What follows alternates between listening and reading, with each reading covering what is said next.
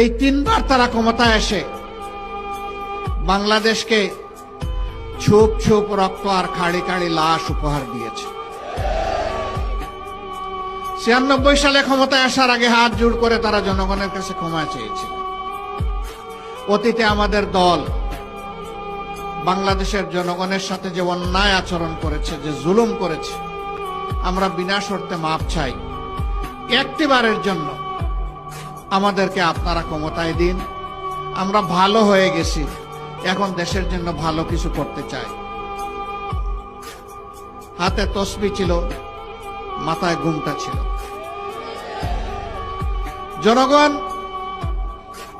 সহজ সরল ভাবে ধারণা করেছিল তাদের মানসিকতার পরিবর্তন হয়েছে, কিন্তু না। যখনই তারা মসনদে বসলেন, তারা আপন রূপে আত্মপ্রকাশ করলেন। আপনাদের মনে থাকার কথা, তৎকালীন প্রধানমন্ত্রী চট্টগ্রামে গিয়ে বলেছিলেন, চট্টগ্রামের নেতাদেরকে তিরস্কার করে, একটা হত্যাকাণ্ডের ঘটনাকে কেন্দ্র করে, তোমরা কি হাতে চুড়ি পরে বসে আছো? তিনি ঘোষণা দিয়েছিলেন, আর যদি আমার দলের একটা মানুষকে হত্যা করা হয়, তাহলে তার বিনিময়ে 10টা লাশ ফেলে দিতে হবে। এই ছিল একজন প্রধানমন্ত্রীর দায়িত্ব জ্ঞানহীন হুঙ্কার, আস্ফালন। তারা তাই করেছিলেন।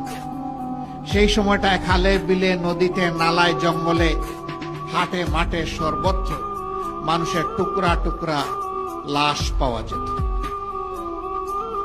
এরপরে জনগণের দ্বারা তারা প্রত্যাখ্যাত হলেন।